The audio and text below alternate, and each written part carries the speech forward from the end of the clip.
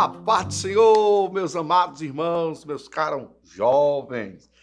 Mais uma lição da nossa EBD Online, lição de jovens, né? Lição de número 7.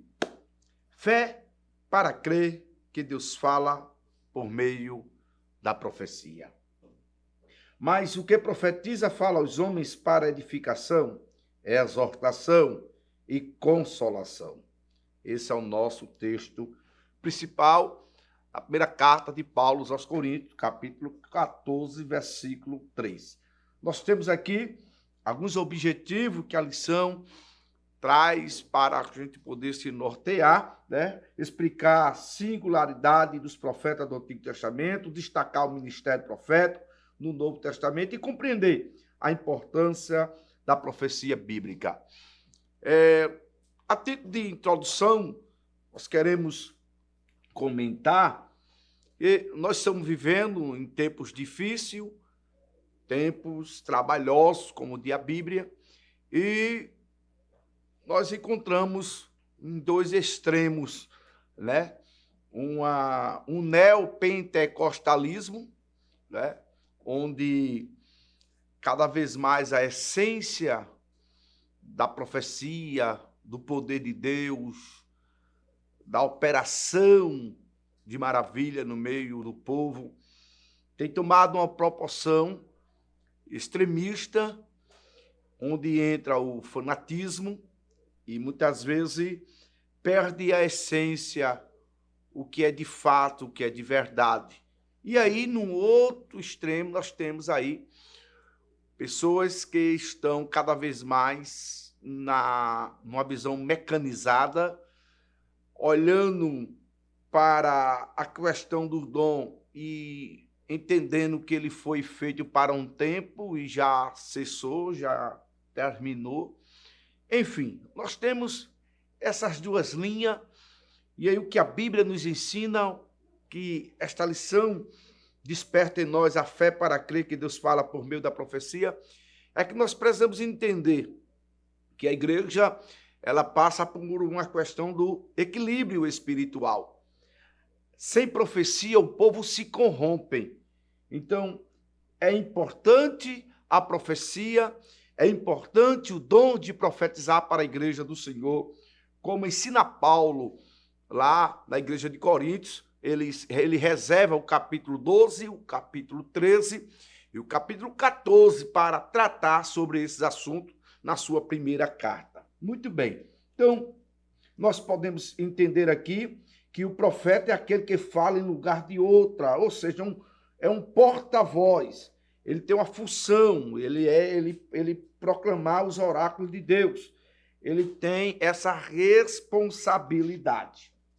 E aí, nós podemos entender que os profetas no Antigo Testamento, né, tem aqui uma palavra para nós compreendermos, que é a questão do profetismo, né, onde é a compreensão da temática, onde você sabe o que significa, aí você entende o que significa o profetismo, qual a definição, e aí é um movimento do século 8 a.C., que o propósito do movimento era restaurar o monoteísmo hebreu, combatendo assim idolatria como consequência da fidelidade a Deus, denunciar e corrigir as injustiças sociais. Então, esse era a mensagem e a função do profeta numa visão do Antigo Testamento. Ele era uma pessoa que, vocacionado pelo Senhor, autorizado por Deus para trazer uma palavra de juízo,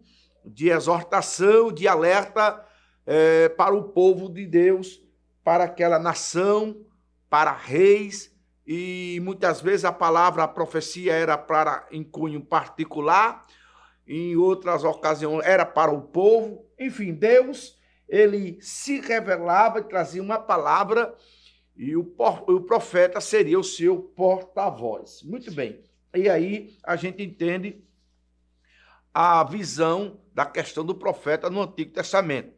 É evidente que se nós fôssemos detalhar e cada profeta e a mensagem, sim, não é a temática principal da lição, e aí nós íamos ter muito assunto para comentar. Mas a temática da lição é fé. Fé para crer que Deus fala por meio da profecia, sim. Muito bem. E aí o segundo subponto, o primeiro ponto, Moisés inicia o ofício profético. Você não sabe que em Números capítulo 11, versículo 24 ao 29, né, Moisés não poderia exercer o seu ministério, a sua liderança sozinho. E aí separou 70 anciões que foram chamados, separados para ajudar. E assim Deus repartiu o espírito que estava sobre Moisés entre esses 70 anciões do povo. As escrituras afirmam que quando o espírito repousou sobre eles, profetizaram. Números capítulo 11, versículo de número 25. Foi com estes 70 homens que teve início o que mais tarde foi denominado como ministério profético de Israel. O desígnio do ministério profético.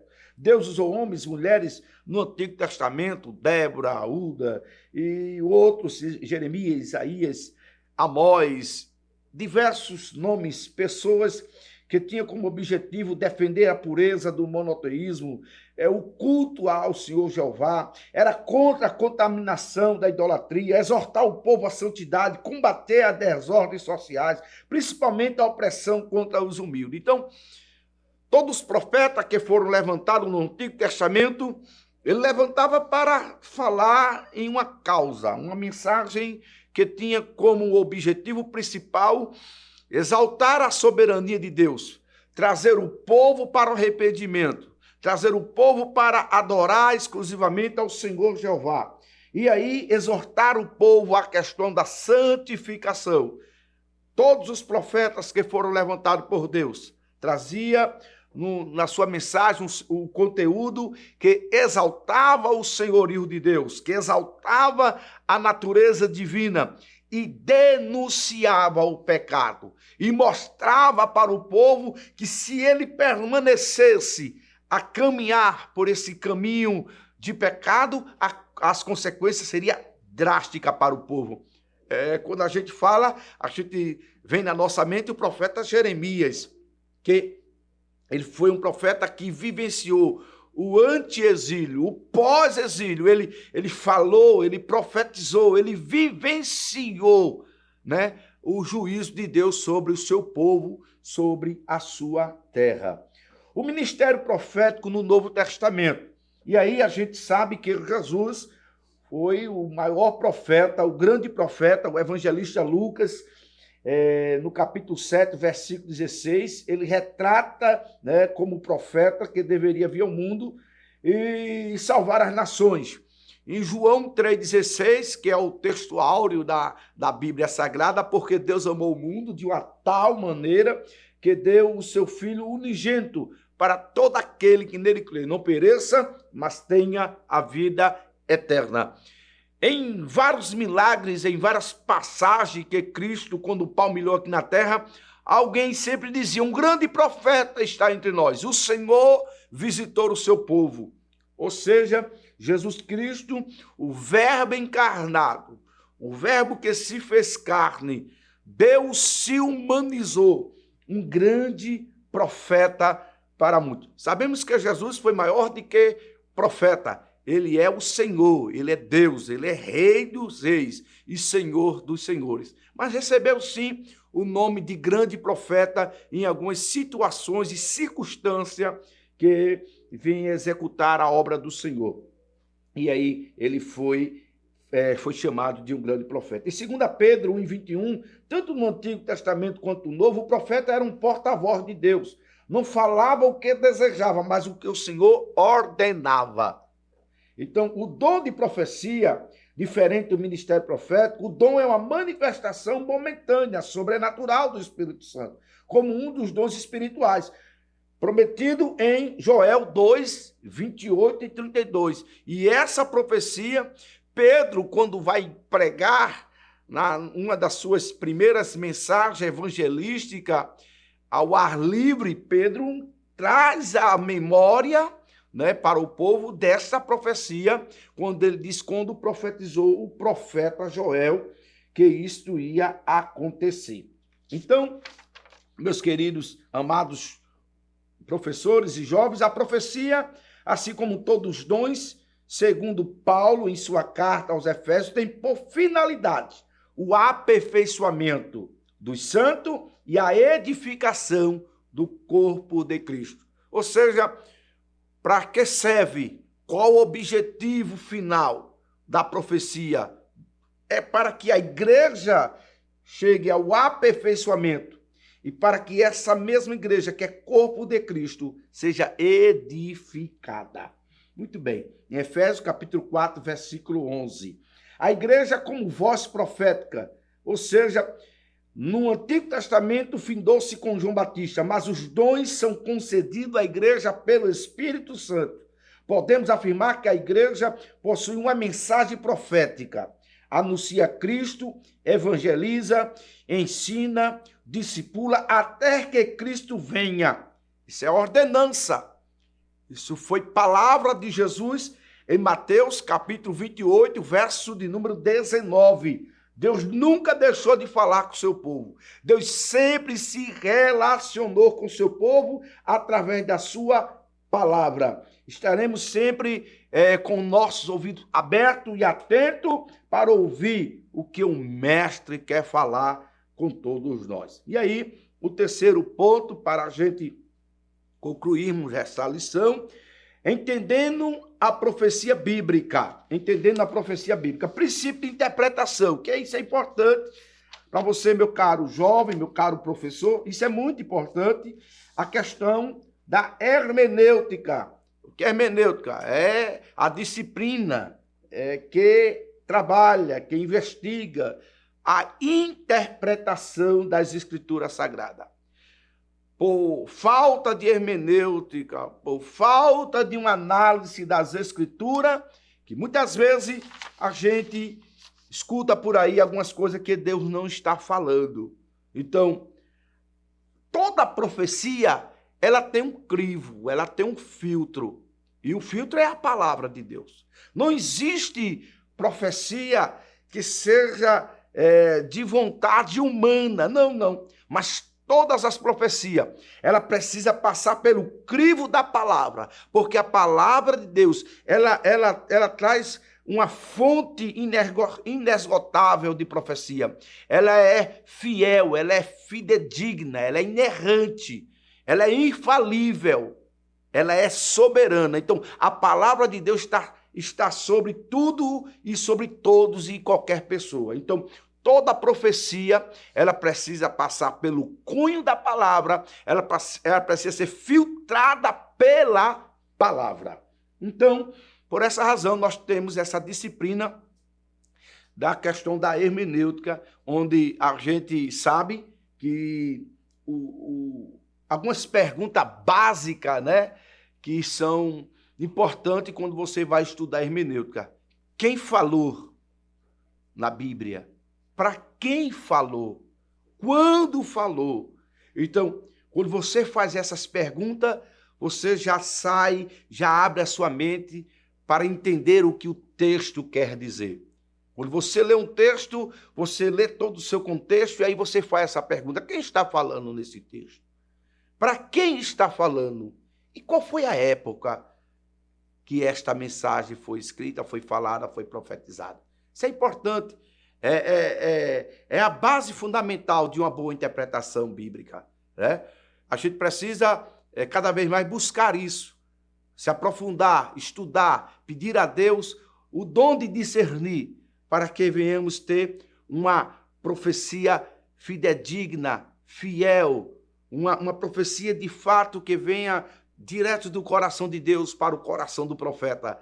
Ele possa entregar aquilo que Deus quer que chegue para a pessoa, para grupos ou de forma individual. Porque nós, quando entendemos dessa forma os métodos de interpretação da Bíblia, a gente começa a compreender, a enxergar melhor e a entender o que Deus quer para a sua igreja. Então, o terceiro ponto vai tratar justamente dessa questão que a gente precisa sempre entender. O problema do método pós-moderno, o método liberal, os princípios de interpretação e a gente precisa entender o caminho que muitas pessoas colocam um questionamento da autoridade do texto e da inspiração, suficiência, ou seja, alguém questiona a Bíblia e a sua autoridade e a sua autenticidade. Então a gente precisa entender que a Bíblia, toda a Escritura é inspirada para ensinar e que Deus se revela ao homem mediante a profecia que estão na sua palavra. Ela inspirada, não apenas parte dela. O pentecostalismo tem, ao longo dos anos, contribuído para uma forma de leitura bíblica correta. Ou seja, sem ação do Espírito Santo, não conseguimos ter uma compreensão e nem fazer uma hermenêutica correta de uma parte das Escrituras. Ela está sempre à disposição da amada Igreja do Senhor.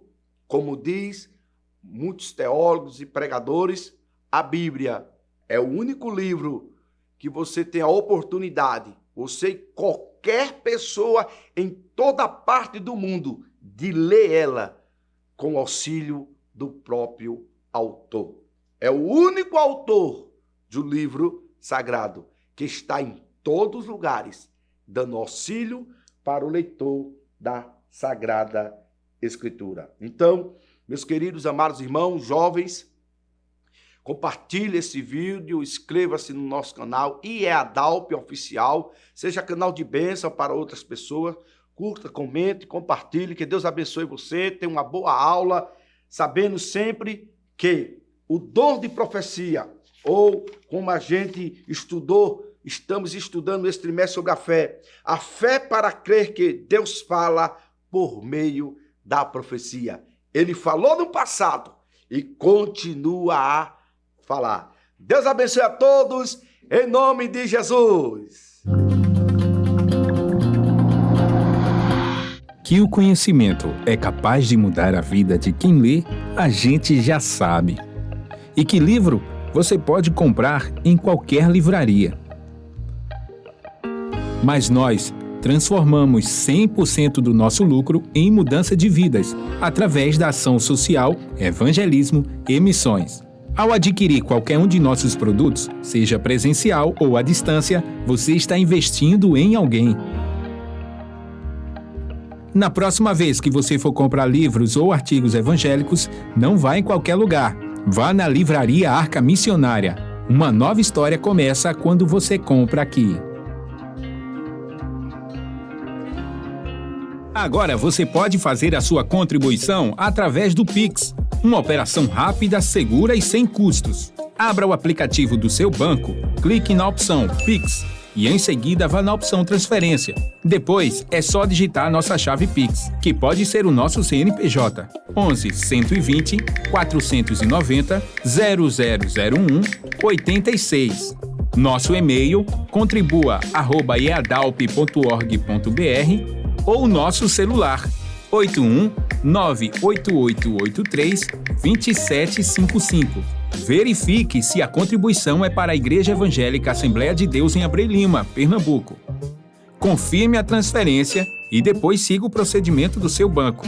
Anote nossas chaves Pix para não esquecer. CNPJ 11 120 490 0001 86.